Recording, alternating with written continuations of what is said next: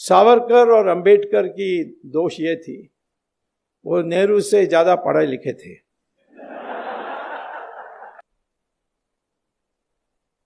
अब जवाहरलाल नेहरू का प्रॉब्लम क्या था, वो गए थे लंदन, फिर वहां से कैम्ब्रिज में जाकर दाखिल की, एडमिशन ली और फिर फेल हो गए। नेहरू परिवार में किसी ने भी आज तक कॉलेज की डिग्री प्राप्त नहीं की, सब फेल हुए हैं। एक बार सोनिया ने लिख दी अपने इलेक्शन एफिडेविट में कि studied in the university of Cambridge and got a degree in English. मैंने फिर जब वहाँ गया था लेक्चर देने के लिए कैम्ब्रिज यूनिवर्सिटी में, मैंने पूछा कि कैसे स्टूडेंट थी, उन्होंने कहा यहाँ स्टूडेंट कभी नहीं थी। मैंने कहा लिख कर दोगे, लिख कर दिया।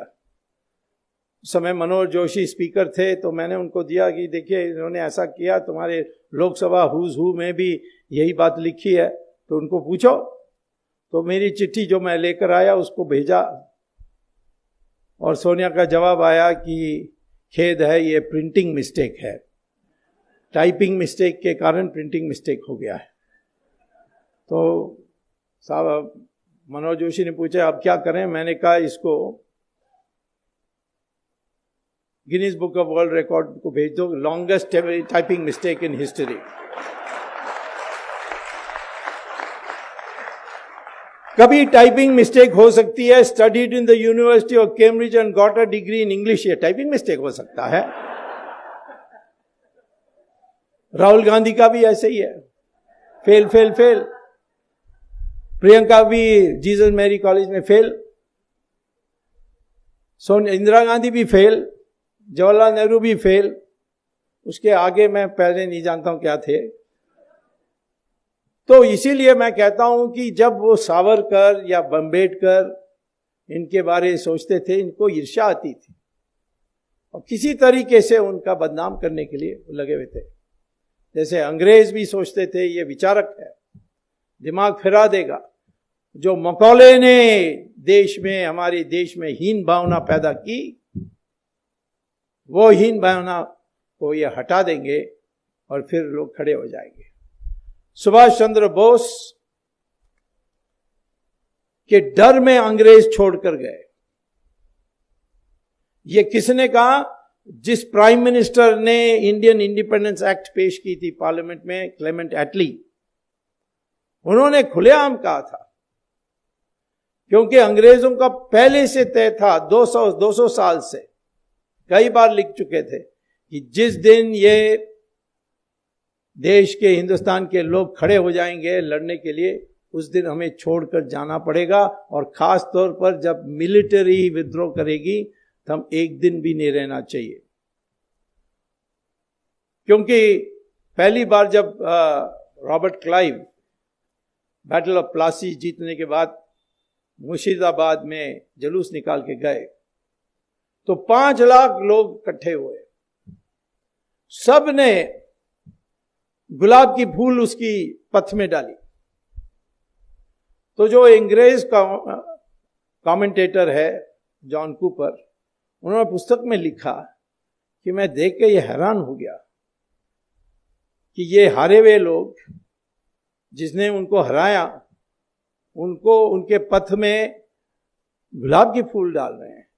यदि इन 5 लाख लोग पत्थर उठा के फेंकते तो क्लाइव का नाम और निशाना कभी होता नहीं। और जब इस हिंदुस्तान में लोगों की मंशा बदलेगी, उस दिन अंग्रेजों को बोरी बिस्तर बांध करके तुरंत छोड़कर चले जाना चाहिए।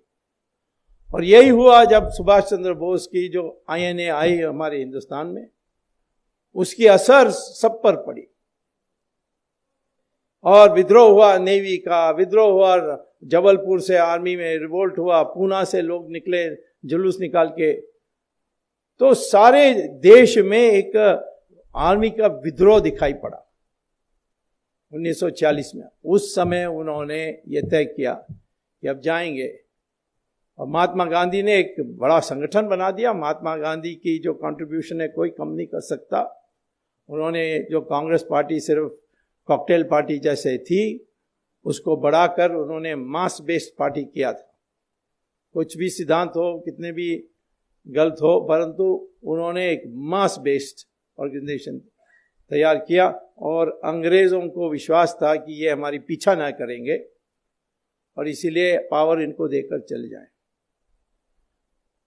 गांधी ने सारे पीसीसी प्रेसिडेंट को बुलाई और कहा कि किसको बनाना चाहिए कांग्रेस प्रेसिडेंट, क्योंकि वही बनने वाला था प्राइम मिनिस्टर।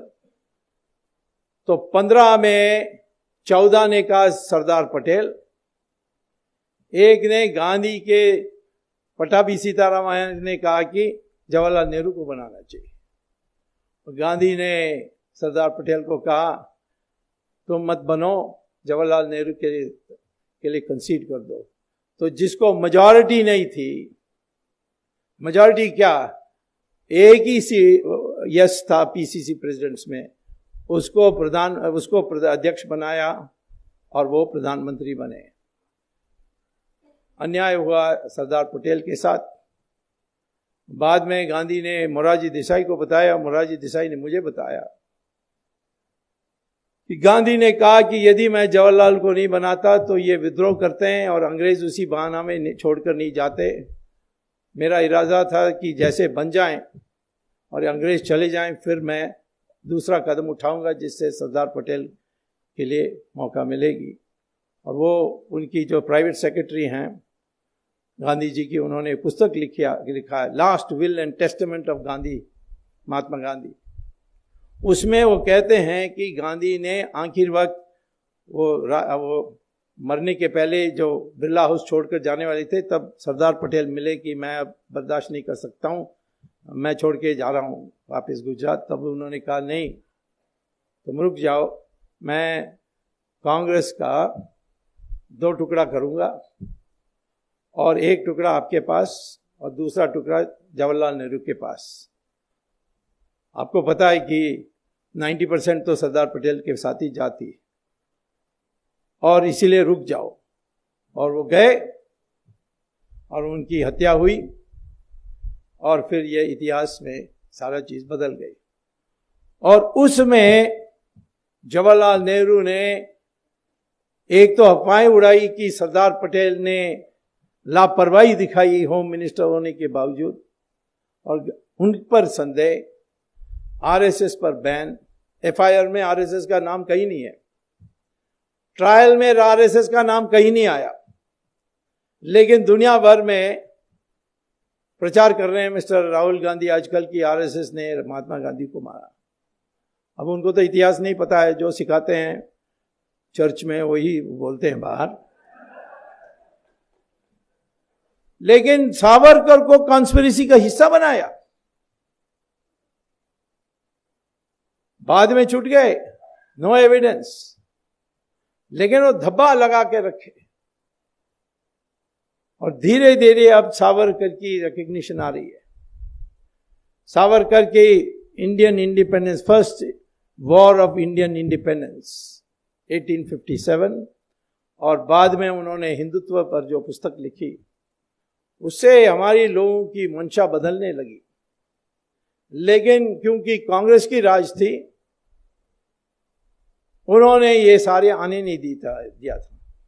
उन्होंने सोचा कि यदि हिंदू इकट्ठा हो जाएंगे तो फिर हम कभी चुनाव नहीं जीत सकते, क्योंकि हिंदू को विभाजित करो जात पर, प्रांत पर, भाषा पर, और अल्पमत को